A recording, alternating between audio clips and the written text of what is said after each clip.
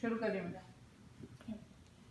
Imagine this, it's 6 p.m. and you're given your last meal, and within a few hours you're taken to a room, strapped to a gurney, witnessing your last moments on this earth before medical professionals inject lethal fluids into your body to end your life. Your heart is racing, your blood is pumping, and they say this is retribution for your heinous crime. This is the death penalty. We live in a society where our state has executed the greatest number of people than any other in America. You may have read about it on social media, heard about it in the news, or in a conversation. Now, today I'm here to tell you that the death penalty for capital crime should be abolished in America. I'd first like to discuss how the death penalty costs more to taxpayers. Second, how innocent people are constantly being executed. And third, how it can actually increase crimes. Moreover, I will discuss how you can make an impact and difference in your local community to help abolish this from our system. I'll begin by telling you about the cost of the death penalty. One might assume that it costs less to execute someone rather than keeping them sheltered and fed for a long period of time, but this is actually false. The problem is that the death penalty costs taxpayers and the county more money than life in prison without parole would. It hurts the funding for city infrastructure, education, transportation, medical services, and many more.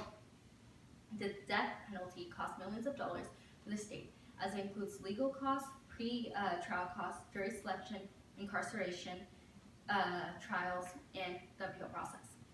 It actually costs about 7 to 10 times more to force a death penalty per case than life in imprisonment. For example, California has spent $4 billion on death penalty cases since 1978. In 2017, Oklahoma spent about $700,000 handling death penalty cases. In 2016, Nebraska spent about $14 million on the death penalty. If the cost itself does not give you a reason to abolish the death penalty, what if it was an innocent person who was on death row? What if it was your own mother or your best friend who was wrongfully convicted and executed? This is another reason why the system is so flawed.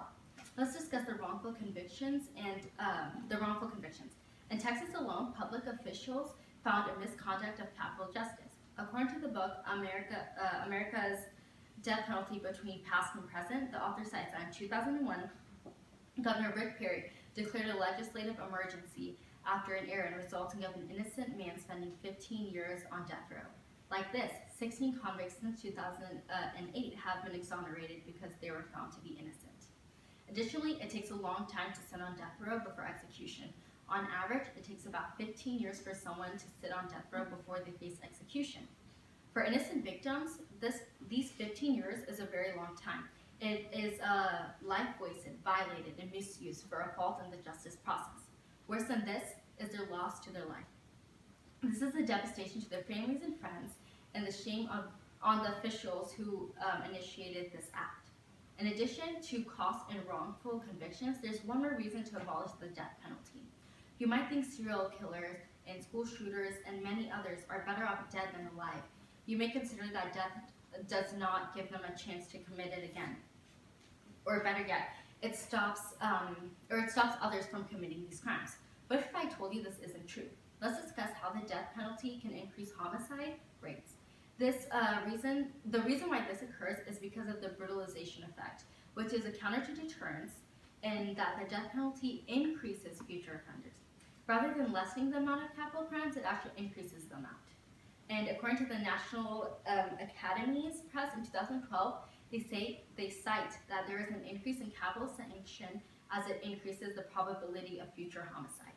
And according to the book of America's Death Penalty Between Past and Present, which states that states with an abolished death penalty have a reduced homicide rate compared to those neighboring states who still enact the capital punishment. Now, in 2012, the murder rate was 4.8 victims per 100,000. And now you might argue that a horrific person out on the streets might be worse than putting an end to their life. Now, moreover, there's an argument that it brings peace to the family and the victim, and in this retribute of a sense, it does not justify the system. It does not justify taking the life of another. Killing the criminal will not bring the life of the victim back. There's no evidence that families heal faster when convicts are killed. Moreover, it allows the criminal to have an easy way out and not face the long years of a gruesome life in prison. Now, all in all, everyone has the right to freedom and the purpose of living our fullest life. Those who commit crimes should be held to the highest level of accountability, and in this case, it is life in prison without parole. Taking someone's life is not only extremely costly, but rather it also hurts innocent people from their right to life, and it also increases homicidal rates.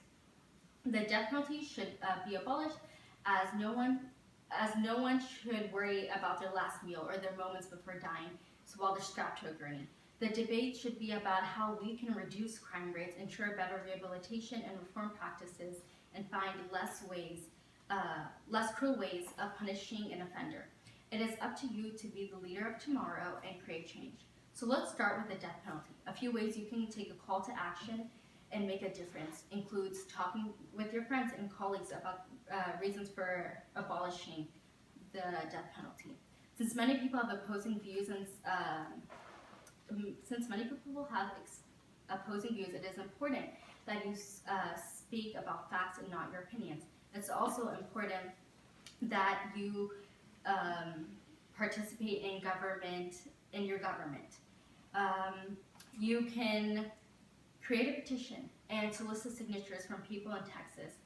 Now, it's very important that at the foundation of all of this, it is imperative that you are knowledgeable about the topic at hand. And there are various academic and government organizations that are at your disposal to understand how you can make a difference in your community, state, and country. Lastly, I'm going to leave you with the words of Mahatma Gandhi: "An eye for an eye will leave the whole world blind." And additionally, be the change you wish to see.